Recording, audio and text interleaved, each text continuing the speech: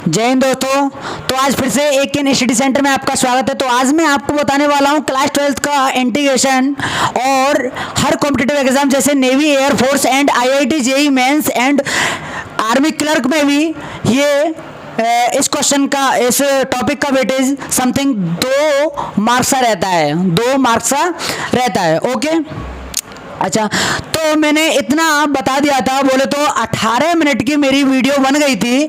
उसके बाद किसी टेक्निकल इश्यू की वजह से मेरी वीडियो स्टॉप हो गई थी। तो मैं आपको आगे बताने वाला हूँ, ठीक है। तो आगे बताने वाला हूँ e की पावर x का इंटीग्रेशन, e की पावर x का इंटीग्रेशन बताने वाला हूँ दोस्तों। तो देखो कैसे होगा। e की पावर x का इंटीग्रेशन होता है दोस्तों e की पावर x प्लस c। अच्छा, किसी भी, एक मिनट मेरी बात सुनो, किसी भी कांस्टेंट की पावर वेरिएबल, किसी भी कांस्टेंट की पावर वेरिएबल हो तो आपको ऐसे करनी है। जैसे मैं एक कांस्टेंट लिख देता हूं, इसकी पावर वेरिएबल, इसका मुझे इंटीग्रेशन करना है दोस्तों। तो मैं कैसे करूंगा, कांस्टेंट की पावर वेरिएबल अपॉन लॉग ए, अपॉन लॉग ए। और ऑलवेज याद रखें कि ऑलवेज लॉग के बेस में हमेशा क्या रहता है दोस्तों, ई। लॉग के बेस में क्या रहता है हमेशा, ई। अच्छा, उसके बाद देखो, अब मैं ये सॉल्व करूंगा। मैं आपको ये प्रूव करके दिखाऊंगा कि ये भी कांस्टेंट है और ये वेरिएबल है, ये कांस्टेंट है, ये वेरिएबल है। बट इसका आंसर ये आया है और इसका आंसर ये आया है। बट ऐसा हुआ क्यों है, बट ऐसा हुआ क्यों है, मैं आज आपको वो प्रूव करके बताऊंगा। ओके ओके, अच्छा, तो देखो दोस्तों, प्रूव मैं इसका करूंगा। तो एक बात बताओ, कांस्टेंट की पावर वेरिएबल का इंटीग्रेशन करना है मुझे। तो कांस्टेंट की पावर वेरिएबल, कांस्टेंट की पावर वेरिएबल अपॉन लॉग ए। तो लॉग ए है ना, कांस्टेंट ए है, तो लॉग में ई रखूंगा। क्या रखूंगा दोस्तों, लॉग ई, और बेस में भी ई, और अपर स्क्रिप्ट में क्या रखूंगा मैं, ई।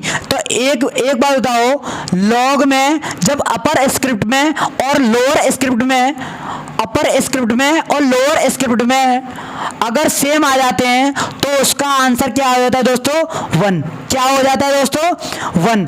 तो इसलिए इसका आंसर e की पावर, ये तो हमारा कैंसिल हो जाएगा क्योंकि 1 अगर मैं डिनोमिनेटर में लिखूंगा तो उसका कोई महत्व नहीं रहता है। तो e की power x plus c, right. अच्छा, कोई पूछ लेता है आपको कि e की फुल फॉर्म बताओ। क्या बताओ दोस्तों, e की फुल फॉर्म। तो e की फुल फॉर्म होती है दोस्तों एक्सपोनेंशियल पावर। क्या होती है दोस्तों, e की एक्सपोनेंशियल पावर होती है। एक्सपोनेंशियल पावर बोले तो हमारा एक तो e की पावर x होता है एंड a की पावर x होता है, ये दोनों एक्सपोनेंशियल पावर होते हैं, ठीक है। अच्छा, उसके बाद आगे बताने जा रहा हूं मैं आपको। 4th फॉर्मूला है मेरा 1/x का dx, 1/x का dx करना है तो log x, ठीक है दोस्तों, log x प्लस c। अच्छा, ये तो आपको समझ में आ गया होगा कि c क्यों लगाते हैं। c देखो, हमारा इंटीग्रेशन कहीं तक भी जा सकता है, हमारा इंटीग्रेशन कहीं तक भी जा सकता है। इसलिए हम इंटीग्रेशन को रोकने के लिए किसी भी हम कांस्टेंट का प्रयोग कर लेते हैं। अब कांस्टेंट का साइंटिस्ट ने बताया, कांस्टेंट का क्या प्रयोग करोगे बोले तो कौन से कांस्टेंट का प्रयोग करोगे। अगर मैं 1-2 का करूंगा तो थोड़ा सही नहीं लगेगा, क्योंकि उसका अगर मैं 2 का कर, मान लो मैं 1 का कर दूं, मैं कांस्टेंट की जगह पे 1 रख दूं, तो कांस्टेंट की जगह 1 रखूंगा तो 1 का तो मेरा क्या होता है, 1 का तो मुझे dx बोले तो x मिल जाएगा। अगर मैं कांस्टेंट 1 रखूंगा तो आंसर गलत आया था। तो उसके बाद उन्होंने क्या सोचा कि ओनली इसको रोकने के लिए मैं क्या करूंगा, ओनली c रख देता हूं। क्या रखता हूं दोस्तों, c रख देता हूं। अच्छा, इतना समझ में आया आपके, आया क्या, आया ना, कोई दिक्कत नहीं है। मैं अब आपको क्लास 12th का 7.1 आपको एक्सरसाइज यहाँ कंप्लीट करा के दूंगा। उसके बाद आपको मैं ले चलूंगा integration by substitution. Integration by substitution बोले तो प्रतिस्थापन विधि से